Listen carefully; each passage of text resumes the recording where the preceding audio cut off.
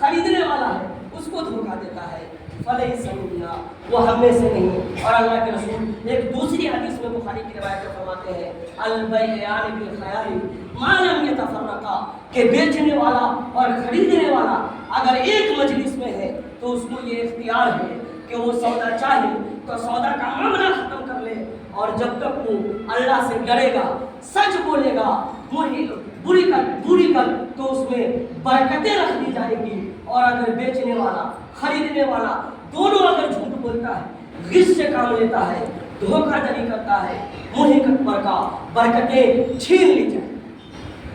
اس لیے اسلام میں تجارت کی بڑی اہمیت ہے، تاجر کی اہمیت اللہ کے رسول فرماتے ہیں کل قیامت کے دن تجار کا حشر صدیقین کے ساتھ ہوگا، شہداء کے ساتھ ہوگا، جن لوگوں نے اللہ کی راہ میں لڑائی کرتے ہوئے اسلام کی سربلندی کے لیے اپنی جان کی قربانی دے دی، ان کے ساتھ یہ تجار ہوں گے۔ لیکن کون تجار ہوں گے؟